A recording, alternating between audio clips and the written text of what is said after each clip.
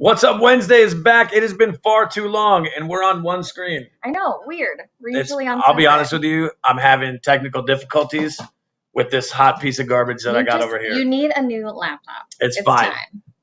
Tay, Wayne D, What's Up Wednesday is back. And we were like, listen, what can we do on What's Up Wednesday to make things, to spice them up a little bit, to make them a little more exciting, right? So we've had some awesome artists on here that you've met before. These guys have been around a little bit. They got a brand new song. They got a massive tour. So let's welcome to What's Up Wednesday, the boys of Seaforth. Hey. How you doing, guys? Dude, good to have you with us, man. We're great. How are you? Doing fantastic. Great. Thank you for having us. Dude, absolutely. I've been lucky enough to see you guys perform just a couple of times. You're fun, man, and you guys bring it on stage, and the music you've put out so far has been fun as well. Well, wait, just before we get started, it's actually Tom's birthday. What? So happy birthday, Tom. Thank you. Yay. Yeah. And now I'm stripping for your birthday Wednesday. Yeah. Happy birthday to you. I'm just kidding. That was in the calendar notes too, so I'm glad that was true. The present he's been waiting for. Yeah. Well, Tay, I like that we have the blue sweatshirt memo today. Is that? I know. Look, and then I missed the memo. It's fine. I'll wear a blue one next time. Perfect. We're hanging with the boys. Terrible old laptop though, so. Right. It's all good, man. We're hanging out with our friend Seaforth, Tom and Mitch. You got a brand new song we're going to get to in a second. But for people that don't know your story, how does Seaforth come about? Because you guys are from a whole nother country. You grew up best friends. Give us a little bit of the background for people that might not know who Seaforth is. For sure. Okay, so Tom and I grew up in Sydney, Australia, as you know. So when we were 3 years old, we actually went to kindergarten in a place called Seaforth, which is the suburb we grew up in. We went to that's where we met at kindergarten. I think we were playing with sand and crayons or something like that.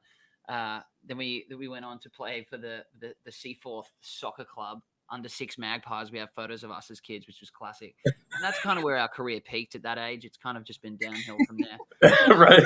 We've known each other our whole life, and we just thought we needed to keep a piece of home with us. So when we changed our name from Swamp Goats, which was the original name, Seaforth seemed appropriate. Ooh. So that's where it came from. Well, so let me ask, Swamp Goats, was that not marketable, or what caused the change? We thought it was. We loved it. We loved it. We I don't know, coming up with a band name is like the worst. And so we were trying to like come up with all these different things. And I don't know Mitch sent me like an early demo that we'd written, and he'd like put in the artist thing on like when I imported it to iTunes, it had Himalayan Swamp Goats as the artist title. And we kind of were like, that's funny. And then we like just ended up going with Swamp Goats for a while. And we had one too many iced waters in LA pretty early on one night on Cinco de Mayo, and got goat tattoos as a symbol of commitment to Swamp Goats. Project, so. The goat lives on. Yeah, I have. I've just got long sleeves. Tom's got it under there. What did your guys' friends and family think of Swamp Goats? They were kind of like, yeah, that's kind of funny. That's cool. Really trying to be supportive. A band called Swamp Goats singing love songs, you know? Yeah. My mum wants to get the goat tattooed too, and Tom's mum as well. So we just kind of get that tradition going. But it stays with us. So I don't know if you see our logo, there's kind of a goat that's on all of our stuff, which doesn't mean we think we're the greatest of all time at all. It's just because we used to be called Swamp Goats. That's awesome. So you guys grew up together. You played soccer together. At what point did you turn to music? Man, I think we both played music pretty young. I started playing music when I was like 9 years old. I started playing guitar, and once I started playing music, I was like, oh, this is 100% the only thing I want to do, and kind of the only thing that I know how to do, like literally. So I was like, if it doesn't, yeah. But so I don't know, man. And then we were friends and musical friends and stuff. And then we started writing together when we were like 20, 21, and it kind of just made sense, but before then we were always kind of sharing music and stuff. And then once we started writing, we were like, this feels right for the both of us to do this together. We kind of complement each other. And then we just kind of worked. Yeah. We were just kind of just doing our own separate things, figuring out where like music would take us, like what we stood for, what it all meant. It was just kind of like discovering ourselves for the first, 20 years of doing music until we started writing. Did music bring you to America, or was that a part of your guys' plan to begin with? Well, we always wanted to move here. Because we love Nashville, we love country music, we love America. It's fun being somewhere else, but yeah, and then so the music is kind of what got us our record deal and got us through the door and everything, which is we're very grateful and thankful for. But yeah, it was definitely the music led us here for sure.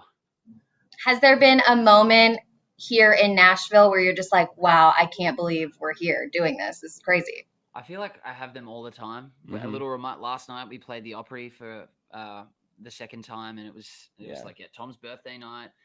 We had obviously the new single going to radio, and you step out on stage after having a year of sitting indoors and seeing 5,000 people in a room again.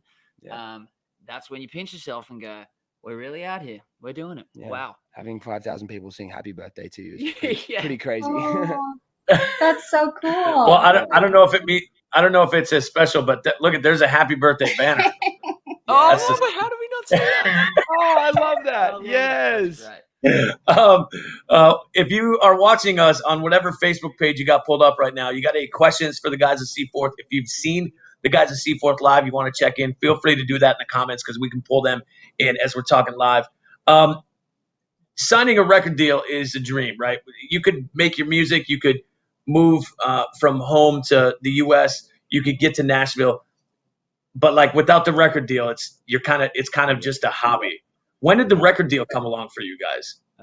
We signed like early 2017, and then that essentially was our key to live here legally because we had to get a visa, and they became the sponsor for that. Otherwise, it was us going back and forth doing like month, 2-month trips, spending all our money, saving up our money, and repeating.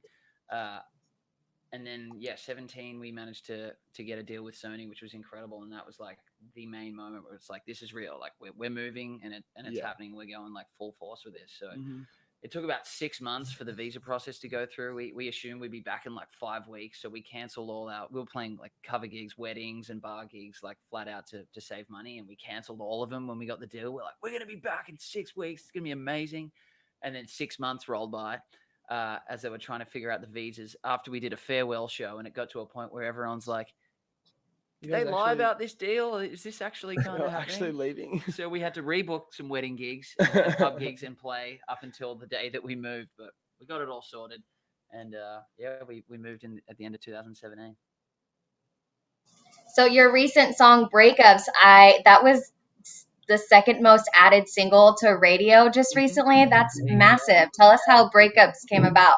Yeah. Well, thanks. Yeah, it's pretty crazy. That song we've always loved, and we write all the time. Like we're writing every day, and there are some songs that hit you a little different. There's some times where you get in a room, you're like, oh, this one, like, it's special, and that was definitely the case the day we wrote that song. I was going through something that sucked, and we wrote about it, and it was kind of like therapeutic in a way. And then as we lived with the song more, the song kind of hit home more. And then as we started showing it to our team and our friends around us, it seemed to kind of gravitate like as like a overall favorite for people. And so then it became like a focus track, and we knew that we wanted to put it out.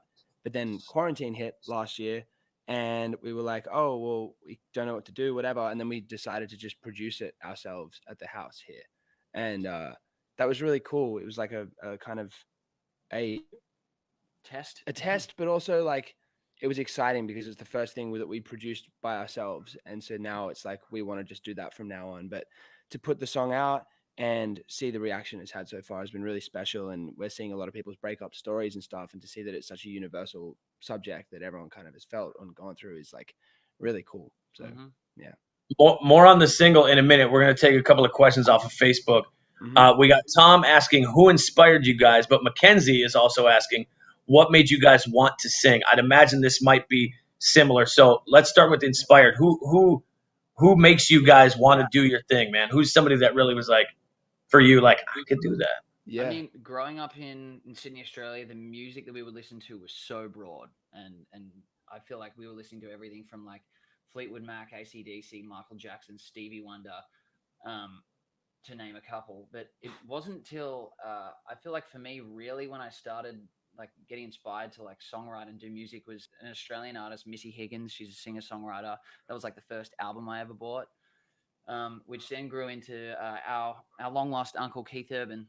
And he was like our true, like my true and Tom's too, like true introduction to country music and that whole new sound that wasn't really accessible to us growing up in Sydney. And when I found Keith, I just like dived down that rabbit hole and became obsessed immediately. And that was like what led us to like, okay, where does this come from? This Nashville. Okay, we need to see this. So I think he's a massive one, and I know Tom's kind of aligned, but people from John Mayer and. It's funny. I was gonna say my earliest influence I remember was Angus Young, the guitarist from AC/DC, and my dad had his 40th birthday party was like Rockstar themed, and I went as Angus Young, and I had this wig and I had the school uniform, and I was like, I had this little fake guitar, and I was like, I was obsessed, dude. Like, would watch all the live. He still wears the shorts around the house. Yeah. Same size. Yeah, same size. Yeah, exactly. Let's squeeze into him. But yeah, it's funny, man. And then sing. Oh, I feel like this is actually a funny one. I was in like what year? What do you call it? Middle school. I think I was like 7 years old. Whatever the first school is. What do you call it? Like junior school or something like that. And I wanted to join a band, like play saxophone or something like that. And I saw that they were doing like enrollments for the choir, and I didn't know what that meant at that age. So I was like, "Oh, cool! I'm joining the band." No, that's not what I joined. I joined a choir group, and then for some reason I couldn't back out of it, and I was in the choir. Singing like Hark the Herald Angels sing, and like. And for some reason I just started becoming really competitive doing it, like because one of my good buddies was getting all this praise for singing, and they're like, "He's so good," and I was like, I want to feel that. I want someone to tell me I'm good. So that was kind of when I started like singing and trying to get better and learning. But I know Tom was a child prodigy back in Sydney, doing it at an even younger age. I think he came out of the womb with a microphone. He came out hot cross buns. Hot cross. Let me ask you, because this is something that happened in my house just last night with my young daughter. She got some negative feedback from a friend. How do you guys early in your career take negative feedback and be like, keep hustling? Because when you start, I mean, it's tough to get people to care. It's tough to get people to listen. It's tough to get anybody's attention.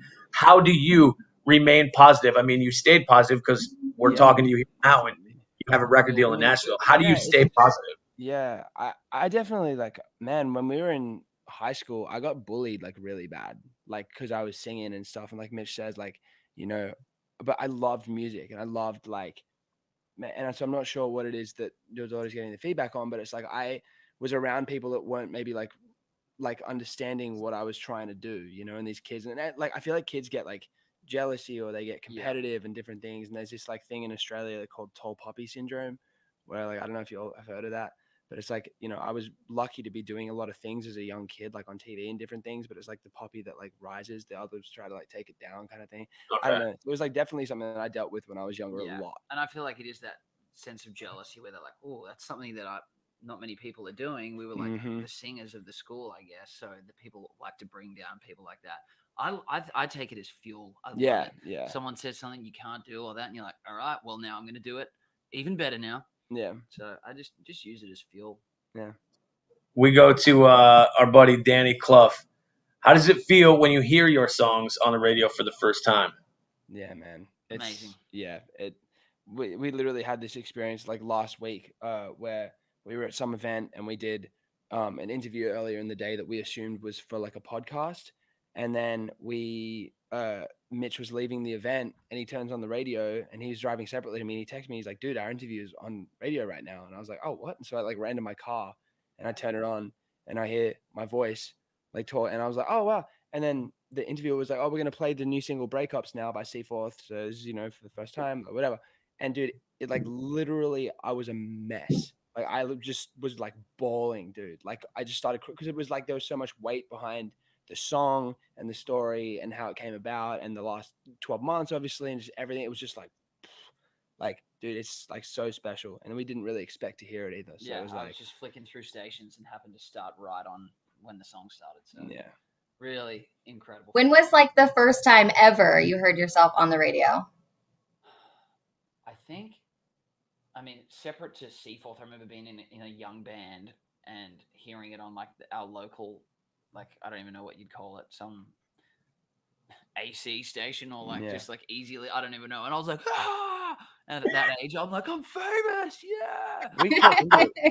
we called into a radio station once, like one of the big like major radio stations in Sydney, and we wrote them a song when we were like probably like 12, yeah, and they put us on the air and they let us sing the song on the air, and then they gave us an Xbox each or something like that. Like it was like and we just thought that was like the coolest thing ever. Yeah. They gave us a driving game and an Xbox each. So who got possession of the Xbox, or was it like a shared custody thing? I think what we did is it was a game and an Xbox, and we like one took the game, one took the Xbox, and then like I think we gave each other money or something to like even it out. Very business savvy. It was very as 11-year-olds. Well, business deal.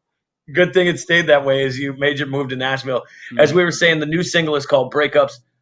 Have you guys had any rifts between you? Because listen, I have a younger brother, 5 years younger than me, and we argued and we fought. I mean, we're cool now that we're older, but knowing that you guys are close, you probably feel like brothers most days. Were there ever times that you're like, I can't do this band thing anymore, I'm out of here? Oh, you're out of here? No, I'm out of here first. No, I said it first. Dude, honestly, no, we haven't so been into weird. that. It is definitely brothers at this point. We've spent every day with each other for the last, I don't know, like 6-7 years. Yeah. And then obviously known each other our whole life. But I feel like we have a good dynamic. We know when to not push buttons and to, you know, let something go, move away, give each other space. And I think the good thing is we're all striving for the same thing. So it all kind of aligns and we have the same goal and same purpose out here. So it definitely helps. We go back to Danny, who's got another question. If you have questions for Seaforth, we got him for just another couple of minutes here. Feel free to leave a comment on Facebook. You could work with any other artist right now. Who would it be? This is a great question. I mean, there's so many like inside and outside of the country format that are like inspiring. I feel like we've been talking about doing a collaboration with like a great like female artist, you know. It's kind of like take your pick at this point. Like there's so many talented people.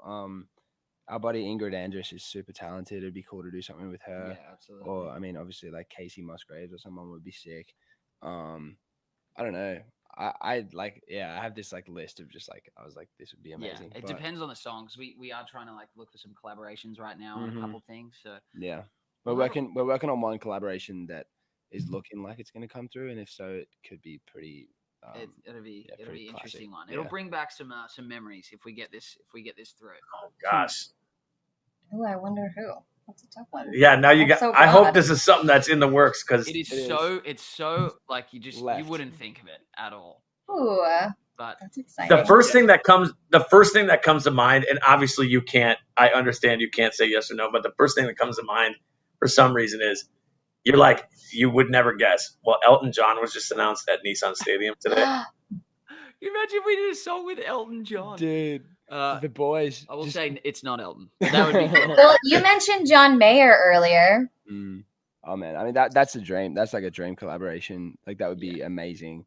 Yeah, I mean there's just so much talent and so many artists that have like inspired and shaped us. Like I feel like the opportunity to work with any of those kinds of people. I'd love to do something with Keith. Yeah, because like he's like our first introduction, and like kind of like the reason we're here. So yeah, if that could come about, that would be incredible. Have any artists that you've looked up to maybe like texted you or DM'd you on Instagram or something, and like you're just mind blown? We ended up supporting Keith in a couple shows in Australia, and that was wild. Like we actually bumped into him at the CMT after party one time, and just and introduced ourselves, and he was like, "Oh, Seaforth, yeah, I know you guys." He's like, "You guys are awesome." Like Dan Huff, who produced his record and some stuff for us, told me all about you, and I was like, "That's pretty cool that you had a clue as to who we were." So that was something special. Yeah. Billy Currington hit us up on Instagram the other day and asked us. He said he liked our song Close Enough and wanted to write something with us, so that's cool. Oh wow, dude, that's so cool. Well, and that takes us to our next question because tours are back. Live music is back. You can sing and people can sing back. They might not know the words, but they drunkenly attempt them. You're about to hit the road with the guy we're crazy about around here, Jordan Davis. Tell us how this tour came about. Are you guys already buddies with Jordan? He call you? Yeah, we were mowing his lawn one day, and we were singing, and he looked out the window and was like, "Can you guys shut up?" And we were like, "Oh, sorry." No, we I guess have seen Jordan around and you know been pals, and then it just kind of happened naturally. We'd always said like it would be a great fit for a tour. We felt, we felt like his demographic would be similar to ours, and sonically we're kind of in a similar lane and whatever. And so when the shows and the tour came about, we were like super stoked because we just feel like it's a very fitting, it'll be a very fitting run for us. And obviously we're out with Mackenzie too on that tour, Mackenzie Porter, who's great. And I just feel like the three of us on the bill makes a lot of sense. And so like, he's a legend for having us out. He's an absolute, like you say, I mean, you guys are fans and we're fans too. Like he's great and he's a legend of a guy. And like, yeah, we're super stoked for it. We're going to play shows again. It's like, we're like literally have rehearsal this afternoon for the first time in a year and a half. We're like, wow. Let's go. We're gonna what's your Instagram? Because we expect some updates so we can see what the rehearsal's like. It's at We Are Seaforth. We Are Seaforth. Seaforth. We Are Seaforth. There so people can understand. Dude, calling yourself something with an R in the name as an Australian is maybe in hindsight a bad idea. We're like Seaforth, and people are like say what? And dude, we played a festival and we were in like Washington or something, and the guy that like announced the act after the make some noise for whatever. After we got off stage, he's like, ladies and gentlemen, one more time, make some noise for Seaforth. And we were like, almost sea foam. Or maybe he said sea foam. And then our parking sticker at the same show said sea froth. Oh no! And like a week later, we were at another festival, and another guy called us seafood. It's great. I'm like, it's just the saga continues. So anything but Seaforth, really. You'll answer to anything at this point, right? Well, check them out on social media, and more importantly, get online, download the brand new single. Gentlemen, Seaforth, we appreciate you guys hanging out with us, and we'll be keeping up with you this summer as you're on tour, all right? Appreciate you guys. Looking forward to it. All the best. Enjoy rehearsals today, boys. Cheers, mate. Thanks, guys. See you guys. Yeah. Bye.